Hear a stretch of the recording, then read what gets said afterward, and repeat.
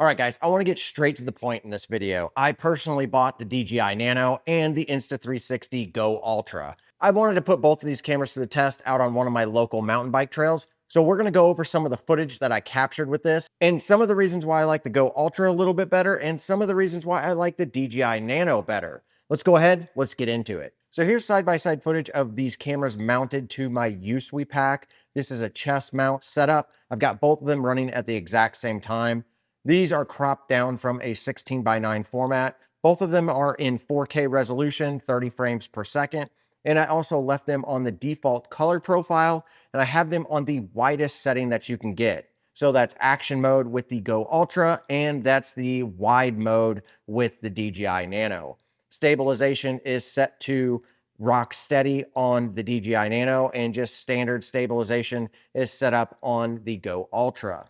I also have it set up to where the wind noise is going to be reduced with the audio, and I think you guys will be pretty impressed with how clear the audio is on both of these cameras. I'm going to let you guys decide which image quality is better for what you're wanting to do, and also which one has the better audio while we're going down the trail. With both these cameras on here, so if you just had one of these cameras on, you wouldn't even notice it.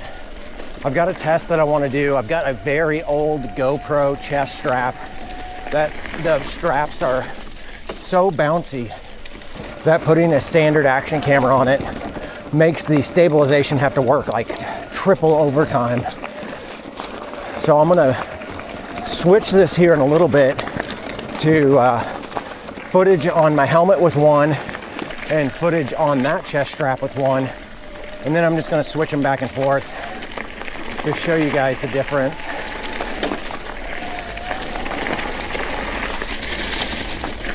Man, I really like how light this feels.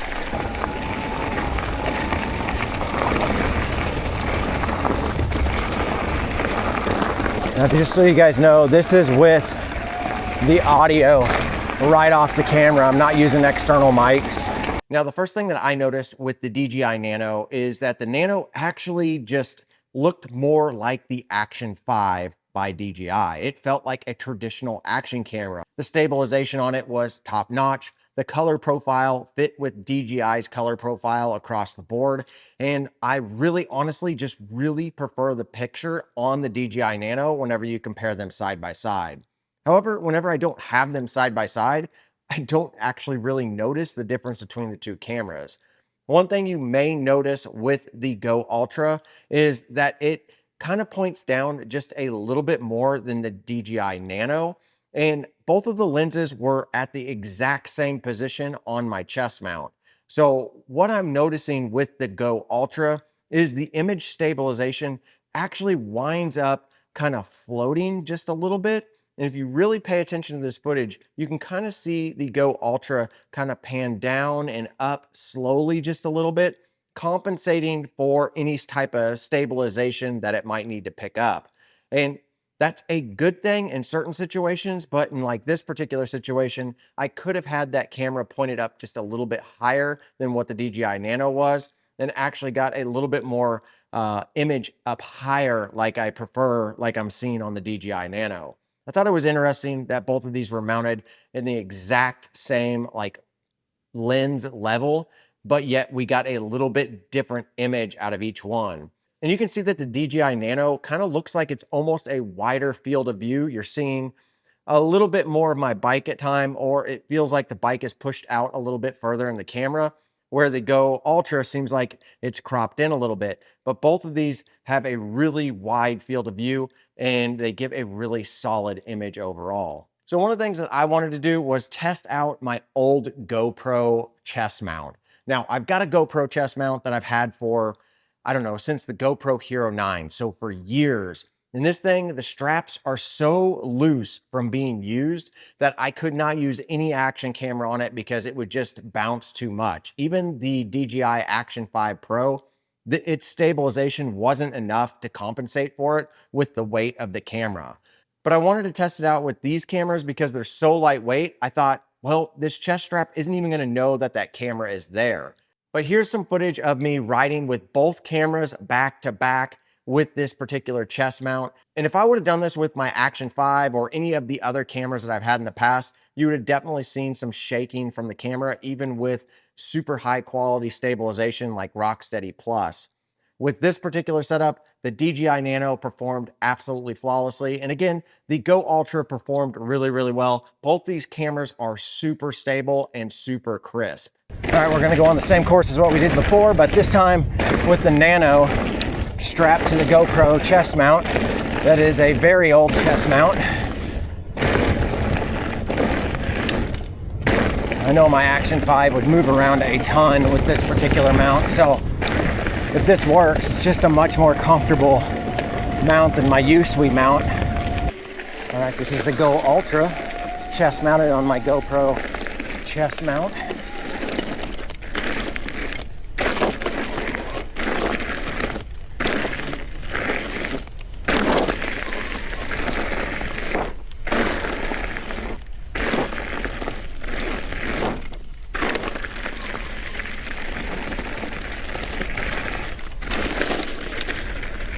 But for me personally, if I'm really looking at the footage, I just really like the color profile and the image quality that the DJI Nano puts out.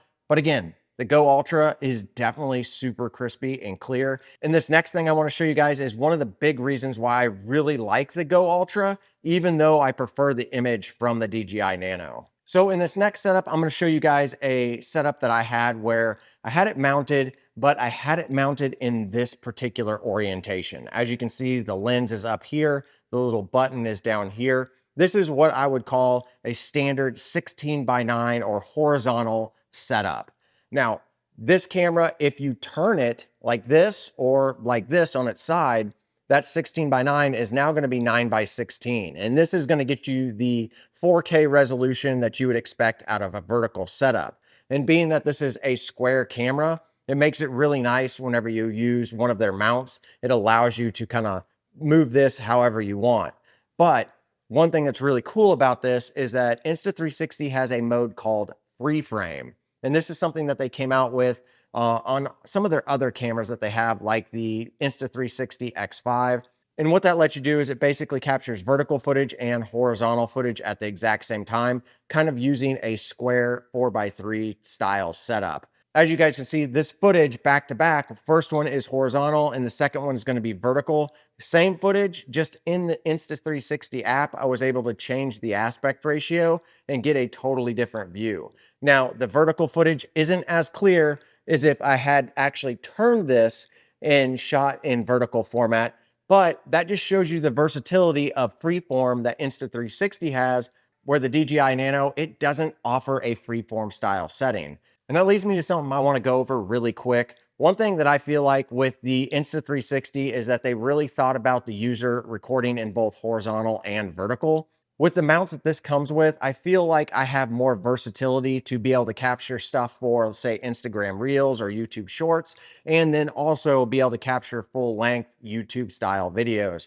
Where I feel like DJI, whenever they came out with their mount system, they were mainly thinking about people using this as like a standard action camera and mounting it for full-length YouTube videos where you're going to be shooting 16:9 or horizontal style footage.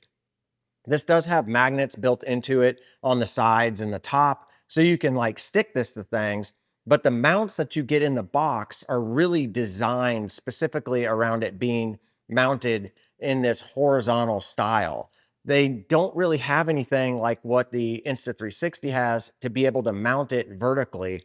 I've found ways around that, and let me show you these two mounts that I use for both of these cameras to get some pretty unique shots like I'm going to show you right here. So there are a couple of different mounts that I found really important. One is the quick mount to be able to hook it up to, say, a standard GoPro style attachment like the 2-finger mounts, but then also these little tripod mounts that have typically suction cups on them. They actually unscrew and they have a tripod style mount on the bottom, but these allow you to kind of pivot this and twist it and turn it however you want. I mounted it to one of these Ulanzi clamps, so I can clamp this to so many different things on my bike or on my hip pack, and then I can turn this however I want. And the cameras are light enough that whenever I hit bumps going down the trail, this thing doesn't move because the cameras are so light. it's almost like the camera isn't even actually there, but I can clip it on here really quick. So the Insta360 has these little mounts right there, just clips on there just like that. I can twist it, I can turn it, I can pull this up and over. This is a super cool little mount that I think is really underrated and I haven't seen a lot of people talking about, but the actual like resistance in this is strong enough to keep this camera in place, even going down some pretty rough trails. Both of these cameras actually come with this. However, the Insta360 has something really cool. They have these little notches on 4 sides right here, and that allows you to kind of lock it in to a position, and you don't have to worry about it rotating as much. Where the DJI Nano has a quick connect down at the bottom here, and this will allow you to swivel it around just like this. It's not as kind of a tight fit as what the Insta360 is, but it does have one notch right there. So you can literally turn it up like that, capture horizontal if your mount is over here, or you can tilt it down like this and capture that vertical setting. So these little tripod mounts I'm finding are super versatile, especially whenever you combine them with these Ulanzi or small rig style clamps that you can get.